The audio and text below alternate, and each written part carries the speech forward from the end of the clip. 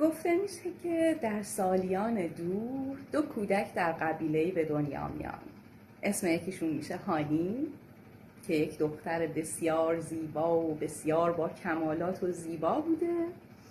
یکی دیگهشون میشه شیمورید و از بچگی نافشون رو برای هم میبرن. حالا ما این نافبری رو در خیلی از جاها توی فرهنگشون داریم. دو تا کودک که به دنیا میان میگن که اینا مال همن و باید وقتی که به سن ازدواج رسیدن با هم ازدواج کنن. خلاصه اینا بزرگ میشن و دیگه به اون سن ازدواج میرسن، ولی قضیه از اونجایی شروع میشه که سردار قبیلهشون به اسم چاکرخان در یکی از مراسمهای قبیله یک دل نه صد دل عاشق هانی میشه.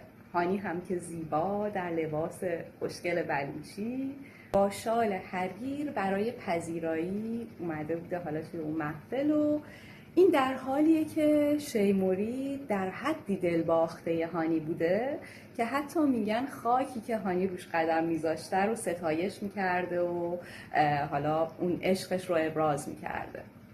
چاکرخان میاد یه فکری میکنه، میگه من چی کار میتونم کنم که این ازدواج هانی و شیمورید رو به هم بزنم و من به هانی برسم.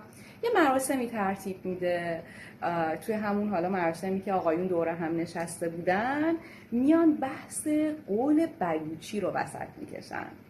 بلوچ ها روی قولشون بسیار حساس هستن و قولی که میذارن یعنی یک نشانه ای از شرافت و اصالته و امکان نداره که پا روی قولشون بذارن.